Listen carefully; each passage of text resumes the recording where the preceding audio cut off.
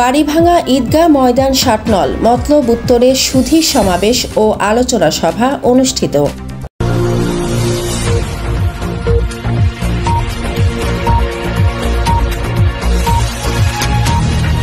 মাহফুজ আলমের তথ্যচিত্রে বিস্তারিত।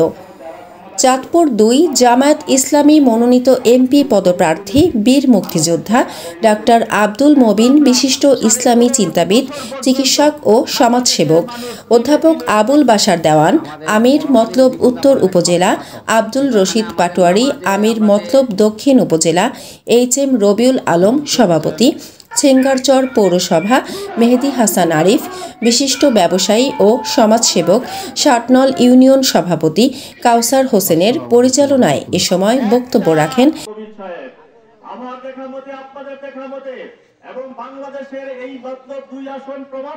অধ্যাপক আবুল বাশার দেওয়ান, আমির মতলব উত্তর আব্দুর রশিদ পাটোয়ারি, আমির মতলব দক্ষিণ উপজেলা রবিউল আলম সভাপতি, ছেঙ্গারচর পৌরসভা মাওলানা মোহাম্মদ মতিউর রহমান, কেন্দ্রীয় শুরা সদস্য ও আমির মানিকনগর ঢাকা কাউসার আল মামুন, মোহাম্মদ মাসুম আলম, গোলাম মোস্তফা, মোহাম্মদ সালাউদ্দিন আইয়ুবী, জুয়েল ঢালি। এ সময় উপস্থিত ছিলেন মতলব উত্তরের পুরুষ ও মহিলা জনগণ। সভাপতিত্ব করেন মোহাম্মদ আবুল হাশেম ডাক্তার।